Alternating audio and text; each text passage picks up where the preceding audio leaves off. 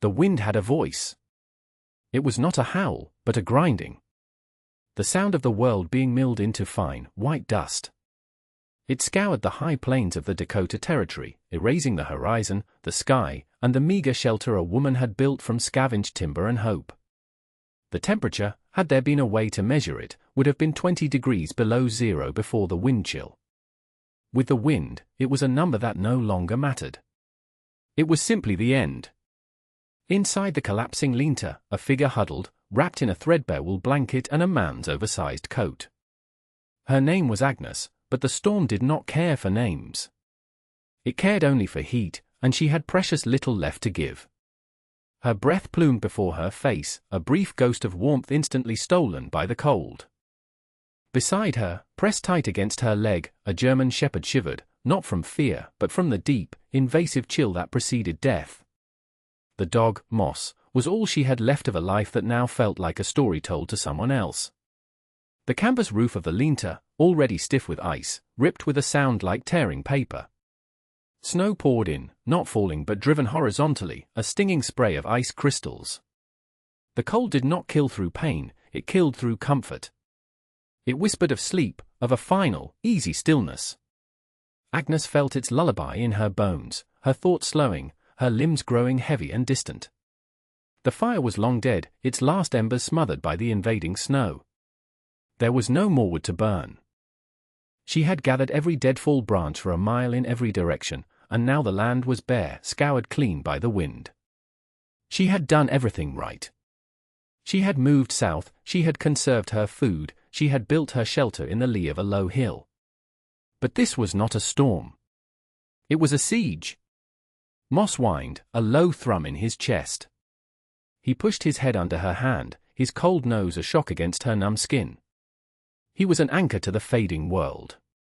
Without him, she would have already closed her eyes. The dog shifted, rising on stiff legs. He turned his body to block the worst of the snow now pouring through the ruined roof. He was a creature of instinct, and his instinct was to protect. Agnes watched him, her mind a slow, thick river of molasses. The dog was dying with her. The thought was a small, sharp pain in the vast numbness. It was an injustice she could not name. He deserved better. He was a good dog. He had never failed her.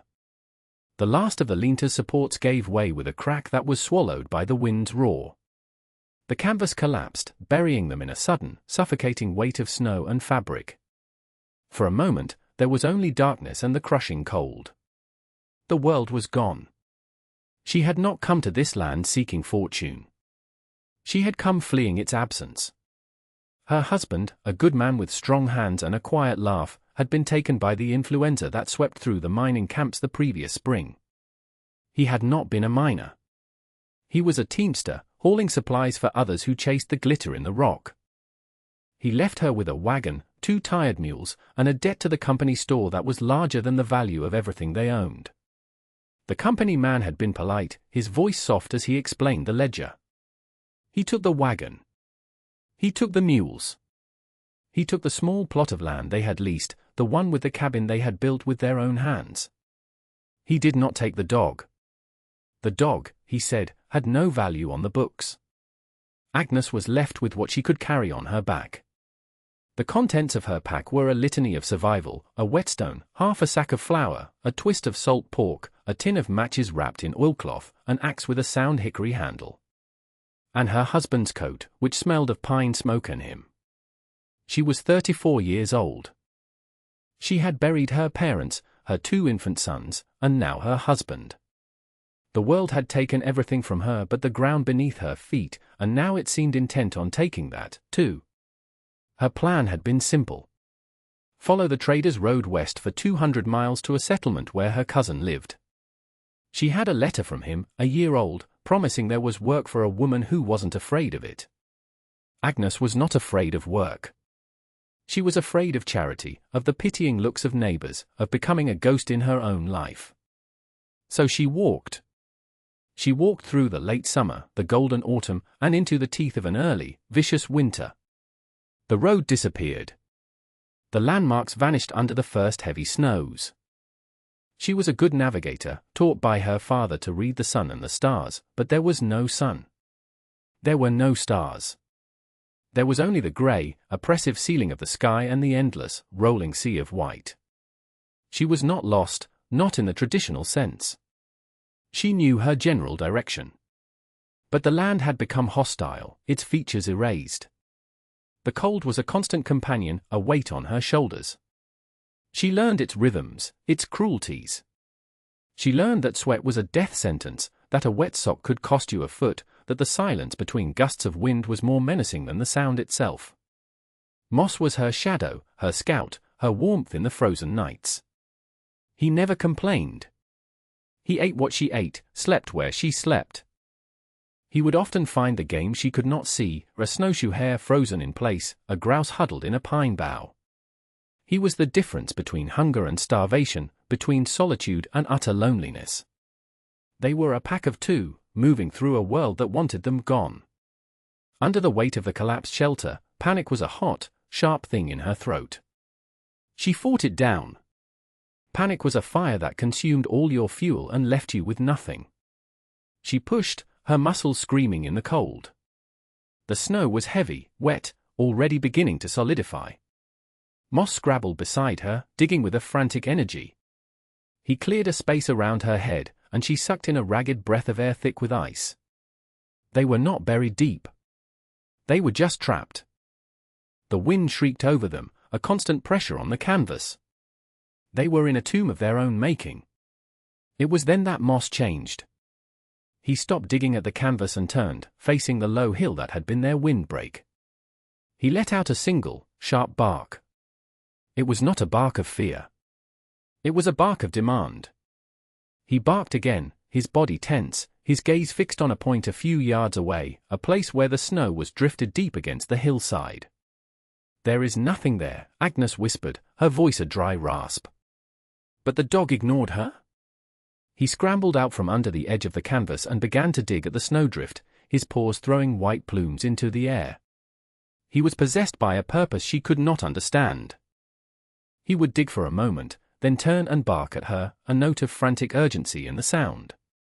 He was not just digging. He was telling her to dig. Trust the dog. Her husband had said that once, after Moss had cornered a rattlesnake they hadn't seen. Trust the dog. He knows things we don't. With the last of her strength, Agnes crawled out from under the wreckage. The wind hit her like a physical blow, stealing her breath. She staggered to her feet, her body a single, aching nerve of cold. She joined the dog, using her gloved hands to scoop away the snow. It was pointless. Insane. They would freeze out here in the open, digging a hole to nowhere. But Moss's certainty was a force of nature in itself. He did not waver. He dug. So she dug. Her fingers quickly grew numb, the pain so intense it became a distant, abstract fact. She ignored it. She focused on the rhythm. Scoop, throw. Scoop, throw.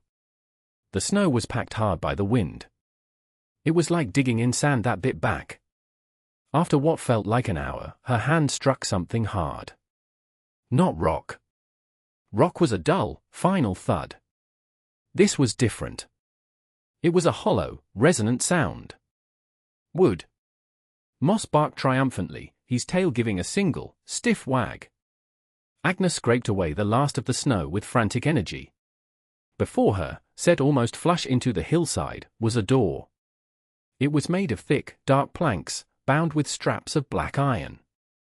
A simple iron ring served as a handle. It was ancient, weathered, but solid. It was impossible. It was salvation.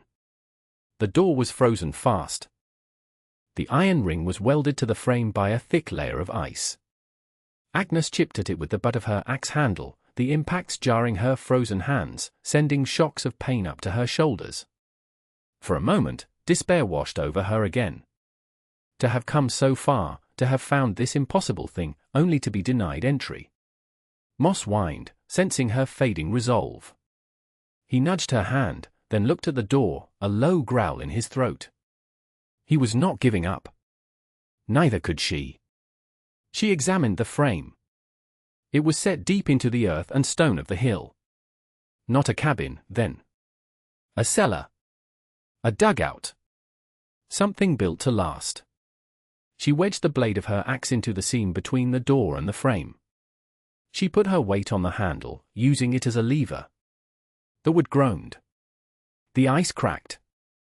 She threw all her weight into it, a guttural cry tearing from her throat. With a sound like a pistol shot, the ice seal shattered. The door swung inward into blackness. A gust of air puffed out, shockingly still. It was cold, but it was a dead cold, a cellar cold, free of the wind's ravenous bite. It smelled of earth, of dormant things, of time itself. Moss pushed past her, disappearing into the dark without hesitation. Agnes followed, pulling the heavy door shut behind her. The roar of the wind vanished, replaced by a profound, ringing silence. The darkness was absolute. She fumbled in her coat for the tin of matches. Her fingers were clumsy, stupid things, but she managed to pry it open. She struck a match.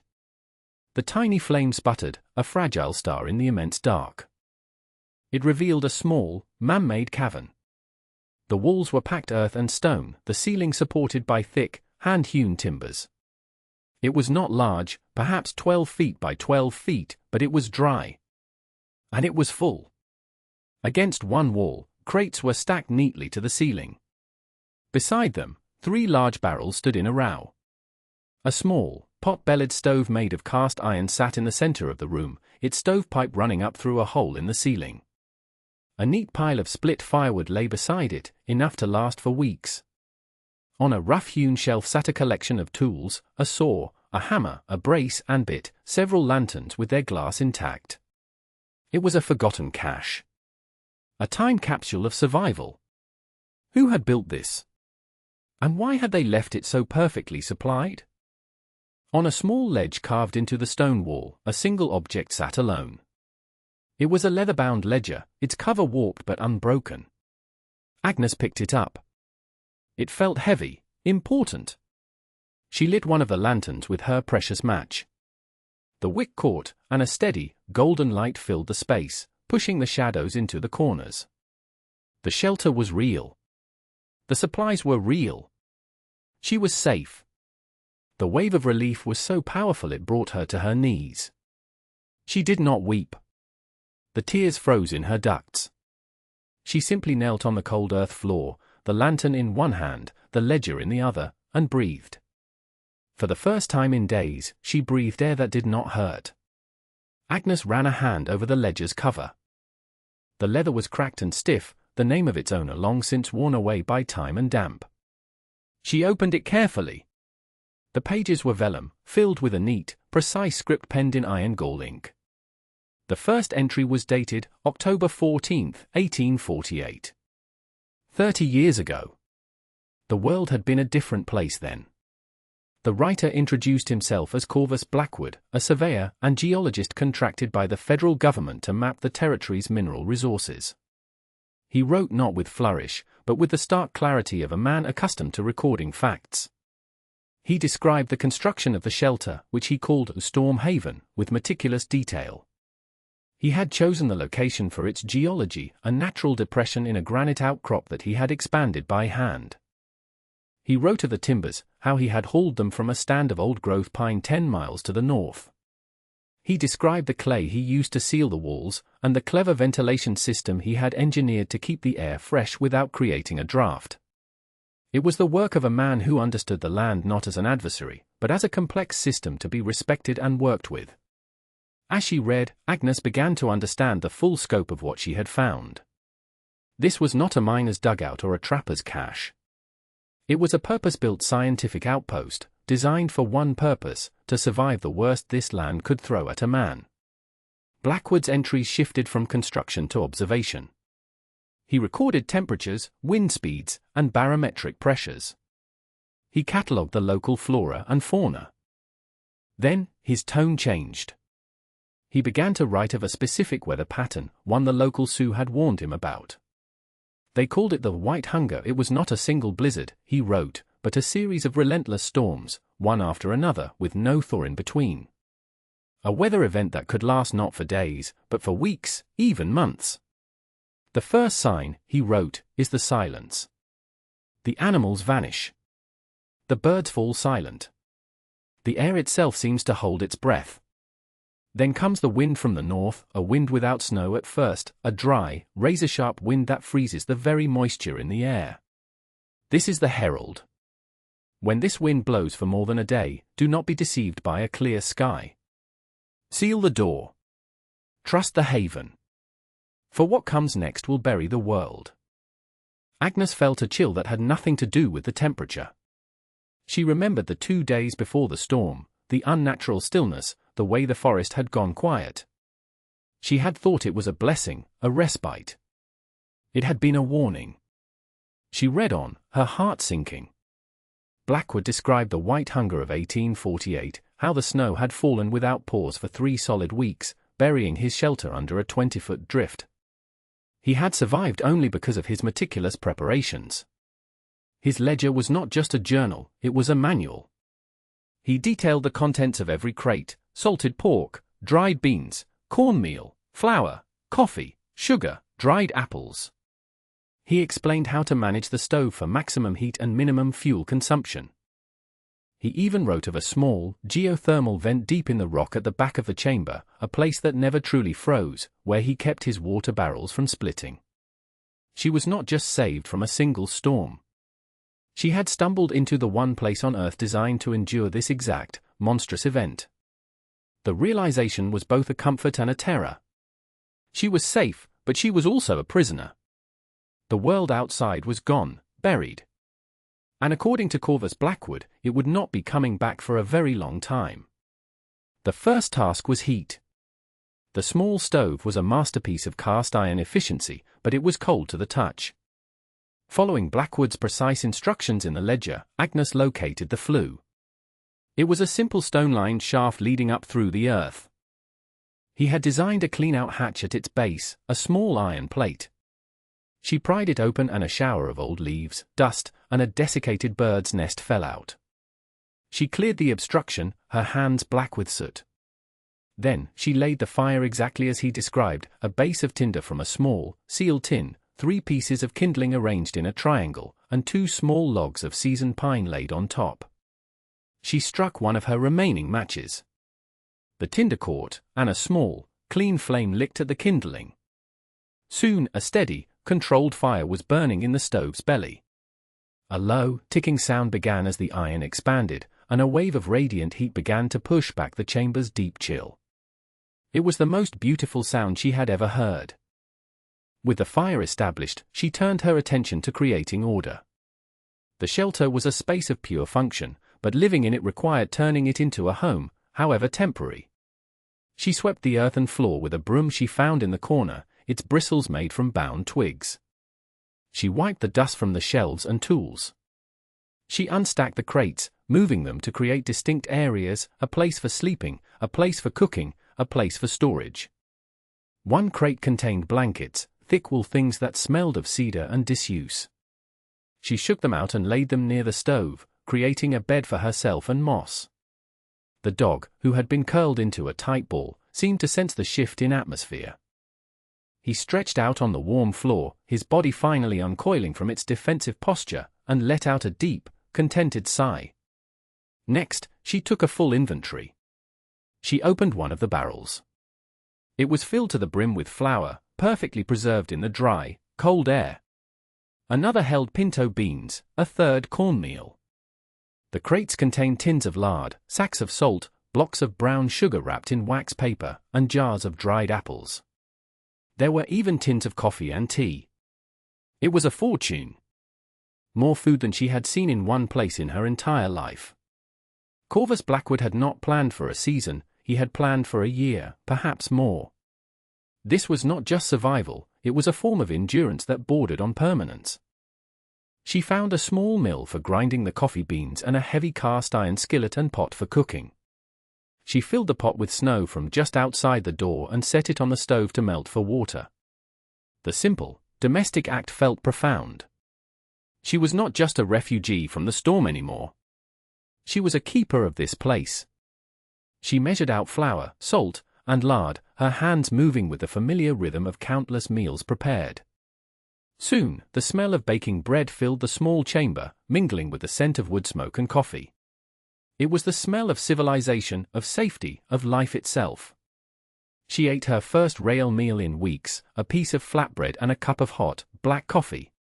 The warmth spread through her, chasing away the last of the deep, cellular cold. She was no longer just surviving. She was living. Days turned into weeks. The world outside the heavy wooden door remained a howling whiteness. Agnes established a routine, a rhythm that gave shape to the endless present.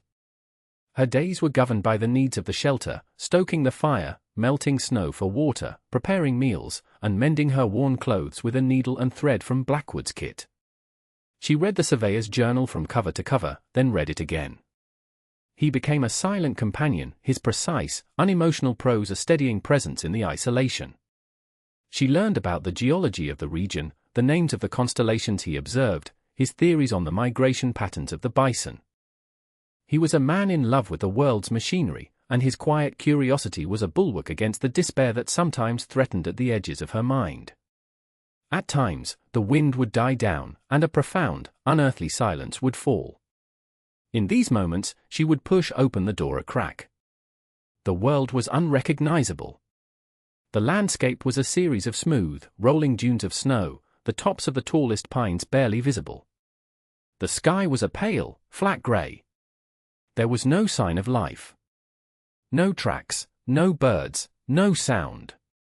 It was as if the world had been wiped clean, returned to a state of pristine, frozen emptiness. One morning, after a week of unrelenting wind, a new sound broke the monotony.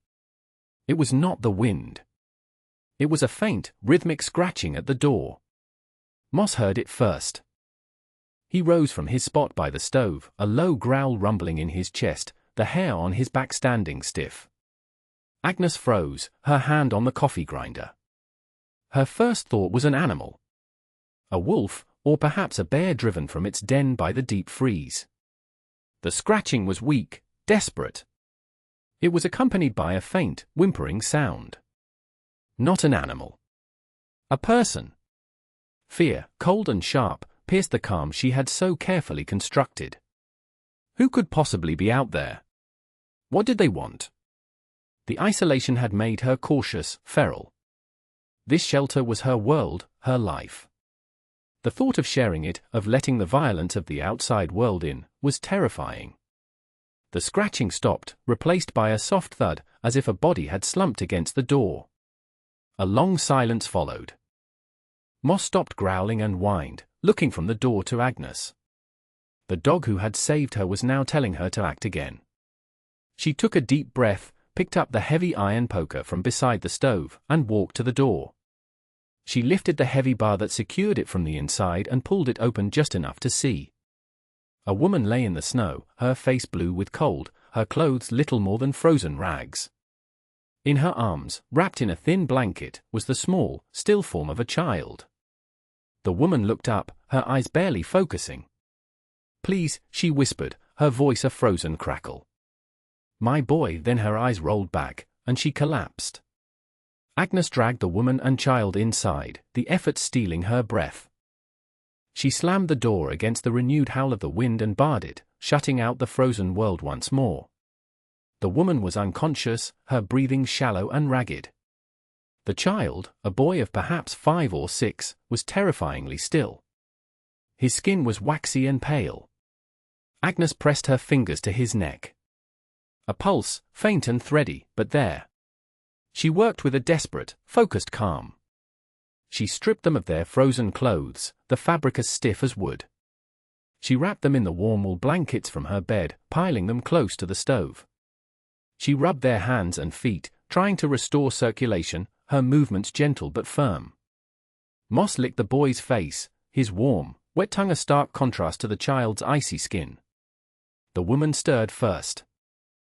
Her eyes fluttered open, wide with confusion and fear. "Thomas," she gasped, trying to sit up. "My son, Thomas, he is here." "He is safe," Agnes said, her voice steady. You are both safe. The woman, who introduced herself as Martha, began to speak in broken fragments, her story tumbling out between chattering teeth. They were from a small wagon train, immigrants from the east heading for the Oregon territories. They had been told the pass was still open. They had been lied to. The storm had hit them on an exposed ridge, scattering the wagons, burying the livestock. She and Thomas had been separated from the others. For 3 days they had wandered, following a frozen creek bed, eating the last of their hardtack. Martha had seen the thin wisp of smoke from the shelter's chimney, a tiny, impossible thread of hope in the vast emptiness. She had crawled the last half-mile on her hands and knees. By the time the story was finished, the boy, Thomas, was beginning to shiver, a violent, uncontrollable shaking. It was a good sign. The life in him was fighting back. But as his body warmed, a new danger emerged. A fever began to burn through him. His cheeks flushed a dangerous red, and he began to murmur in delirium. Martha watched, her face a mask of exhausted terror. They had escaped the cold only to face a different kind of death. The shelter had food and warmth, but it had no medicine. The nearest doctor was 200 miles away, an impossible distance. Agnes felt a familiar helplessness creep in, the sense that the world would always find a new way to take what you loved. Then she remembered the ledger. She retrieved it, her hands flipping through Blackwood's neat script. He had not only been a geologist, he had been a keen-eyed naturalist. He wrote about the local plants, not just with scientific curiosity, but with an eye for their practical uses. She found the passage she was looking for. The creek willows, he wrote, salix, which grow in the low-lying areas, have bark with notable properties. The local tribes make a tea from the inner bark to reduce fever and ease pain. I have prepared a small quantity, dried and powdered, for experimental use in case of emergency. Agnes searched the shelves. Tucked behind a tin of coffee was a small, unmarked canister. She opened it. Inside was a fine, pale powder. It was a risk. A terrible risk. But doing nothing was a certainty. She looked at Martha, at the terror in her eyes. "There is something we can try," she said. The decision was made without further words. Martha nodded, a silent transfer of trust passing between the two women. Agnes took a small amount of the willow bark powder and stirred it into a cup of warm water, just as Blackwood's notes instructed. The liquid turned a pale, bitter-smelling brown. She knelt beside the delirious child, lifting his head gently. "Thomas," she said softly. "You need to drink this." The boy was lost in the fever dream, his head thrashing on the makeshift pillow. Getting him to drink was a slow, painstaking process. Agnes dipped a corner of a clean cloth in the liquid and squeezed the drops into his mouth, a few at a time. Martha held his small hands, her lips moving in a silent prayer. The shelter grew quiet, the only sounds the crackle of the fire and the boy's labored breathing. There was nothing more to be done. They could only wait. Agnes gave Martha a cup of hot broth, forcing her to drink it. The woman's strength was gone, her reserves utterly depleted. They sat in silence by the stove, two strangers bound by a shared vigil, the sleeping dog a silent third party to their ordeal. Hours crawled by. The fever did not break. Thomas's skin was hot to the touch, his breathing growing more shallow. Doubt began to poison the air. Had she done the right thing? Had she given this child a backwards poison based on the writings of a man 30 years dead? The weight of the responsibility was immense, heavier than any physical burden she had ever carried. Martha began to weep, silent tears tracking paths through the grime on her face. She did not make a sound, but her shoulders shook with the force of her grief. Agnes placed a hand on her arm. It was a small gesture, but in the vast, silent isolation of their world, it was everything. Late into the night, as Agnes was about to lose hope, the boy's breathing changed. It deepened, becoming less ragged. A light sheen of sweat broke out on his forehead. Agnes touched his skin. It was still hot, but the dry, burning heat was gone, replaced by a damp warmth.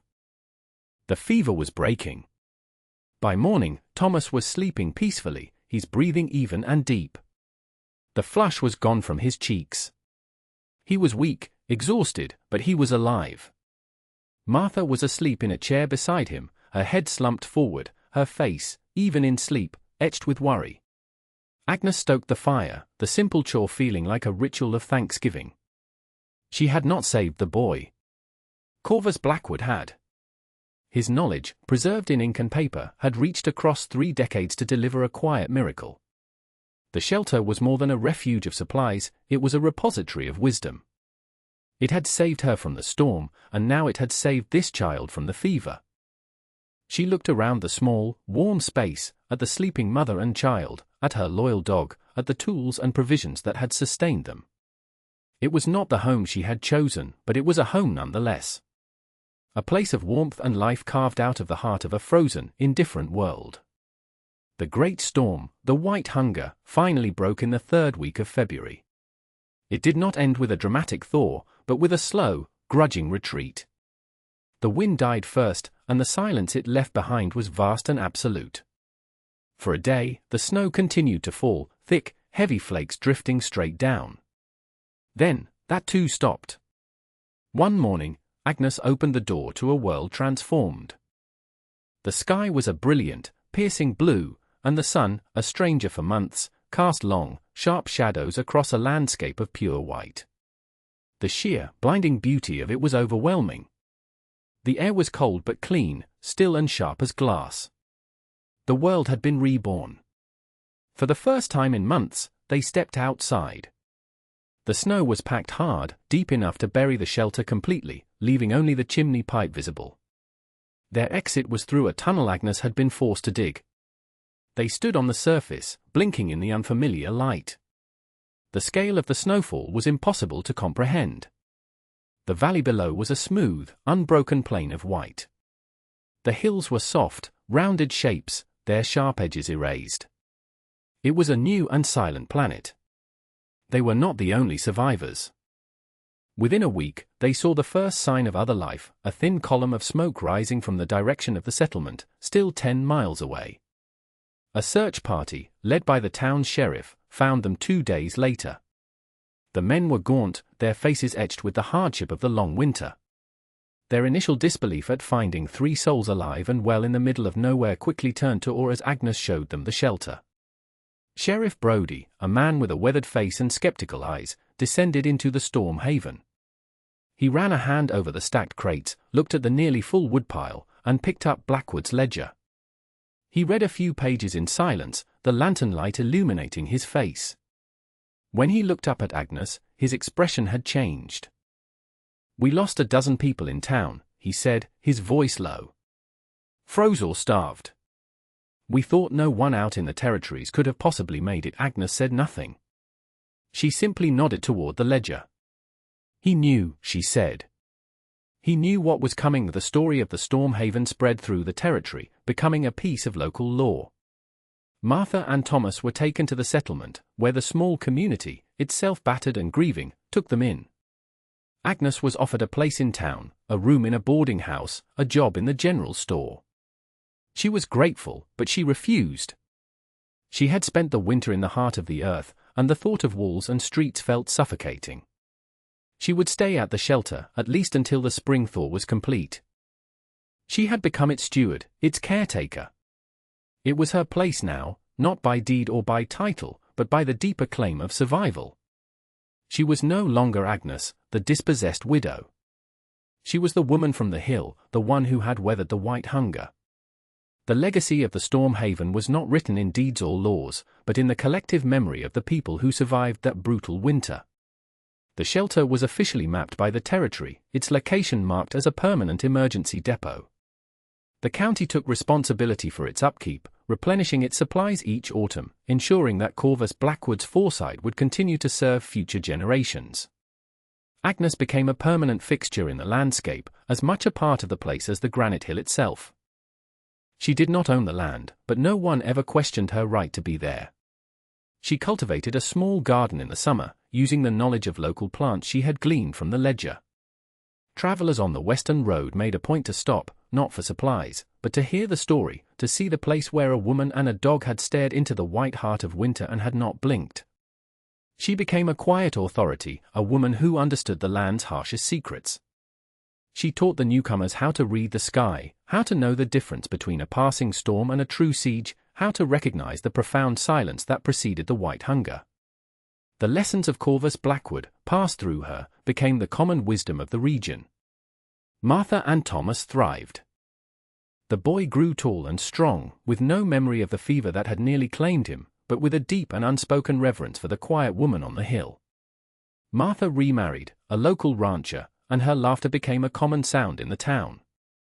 But every year, on the anniversary of the day Agnes opened the door, she would make the journey to the storm haven with a basket of fresh bread and preserved jams, a silent acknowledgement of the debt that could never be repaid.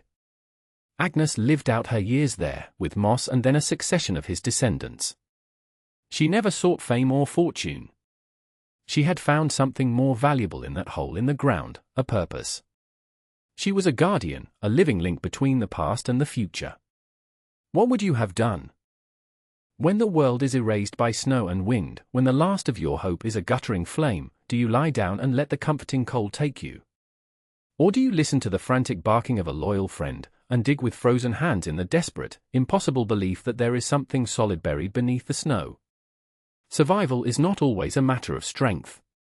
Sometimes, it is a matter of trust. Trust in the instincts of an animal. Trust in the wisdom of a stranger long dead. And most of all, trust that even in the most desolate and empty places, there is a strength within you, waiting for the chance to build a home.